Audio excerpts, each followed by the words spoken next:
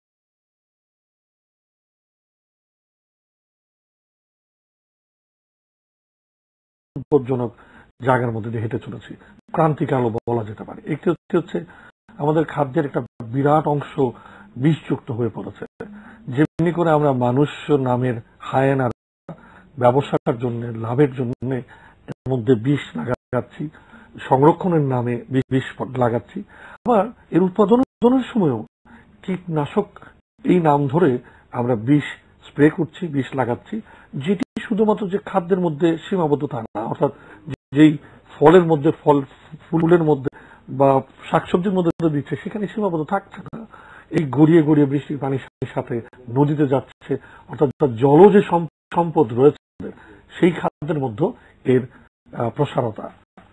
এটি হচ্ছে একটি দিক। আরেকটি দিক হচ্ছে আমাদের আগ্রাসী মনোভাবের জন্য, পরিকল্পনাহীন যাত্রার জন্য আমাদের কৃষি জমি, উর্বর কৃষি জমিগুলোকে সব দখল করে অন্য ব্যবহারে নিয়ে যাচ্ছি, শিল্পের নামে অথবা বিনোদনের নামে অথবা বিরাট আবাসিক অঞ্চলের নামে।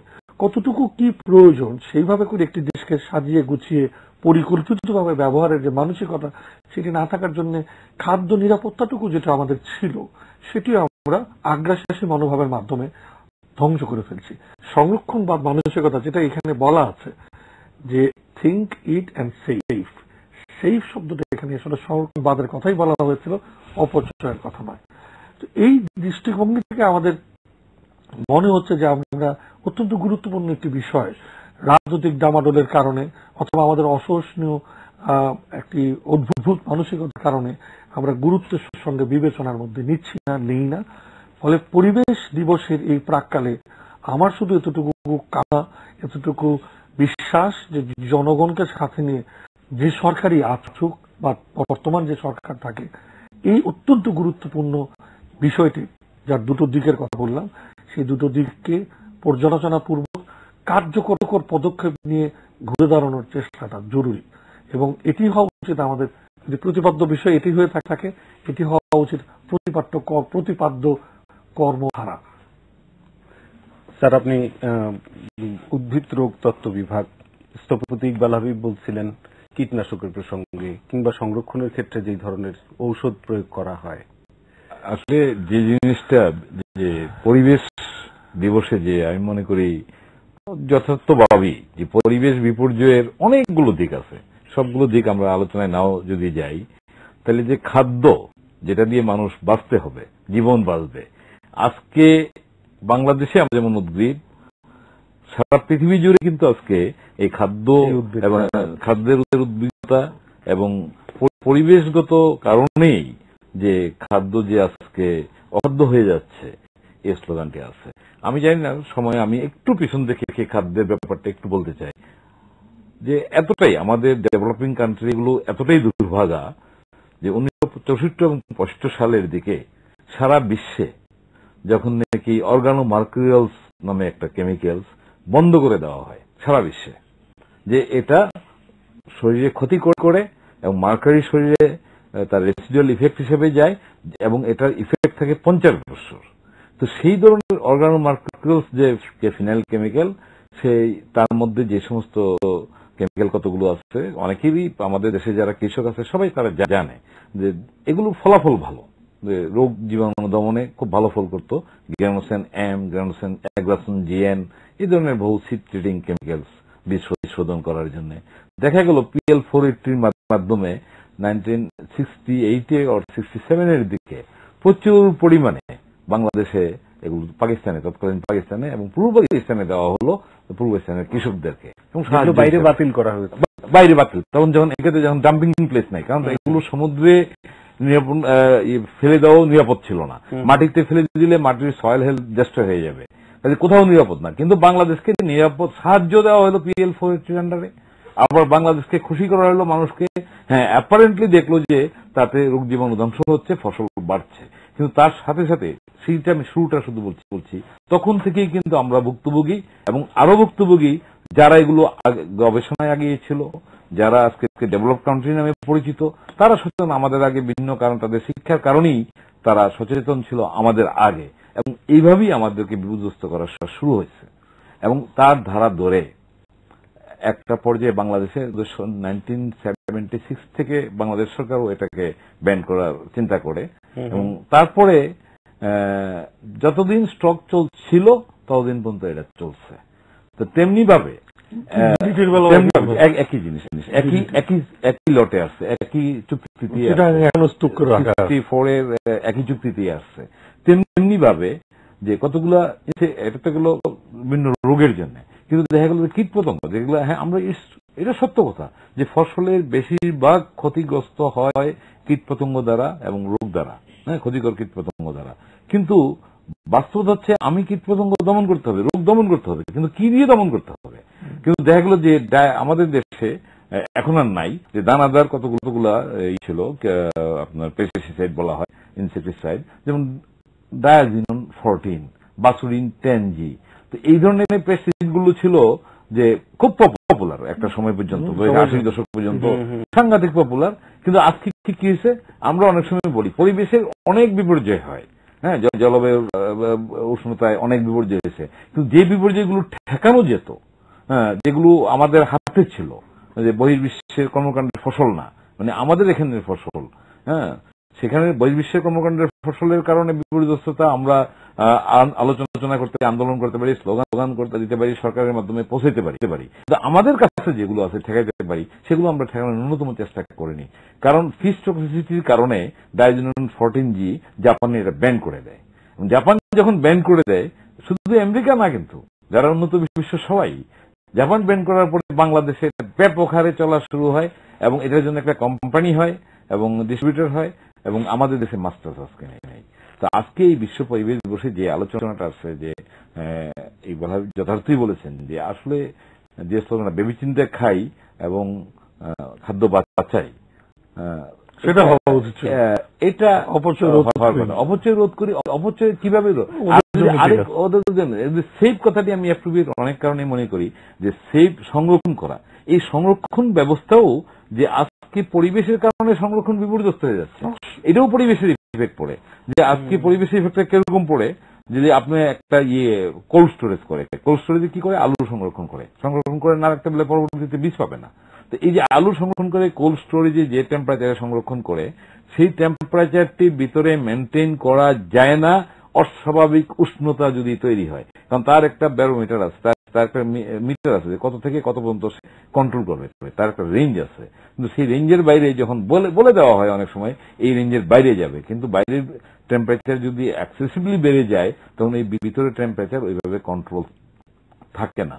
যেমন আমরা ছোট আমার নিজের অভিজ্ঞতা আমি দেখছি গ্রোথ চেম্বার গুলোতে, যে গ্রোথ চেম্বারের একটা নিজস্ব টেম্পারেচার আমরা মেনটেন করতে পারার কথা, অত্যন্ত লো টেম্পারেচারে প্ল্যান্ট নিয়ে এক্সারসাইজ করি, কিন্তু আমরা এটা করতে পারি না বাইরের অস্বাভাবিক টেম্পারেচারের কারণে, এটা কাজ করে না।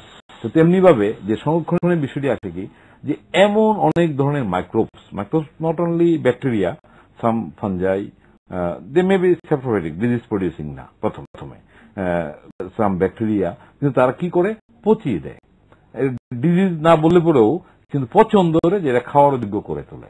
তো এই যে এই ধরনের ব্যাকটেরিয়া, ধরনের ফাঙ্গাস মানে ছত্রাক যেটাকে বলে, এগুলো এত ব্যাপক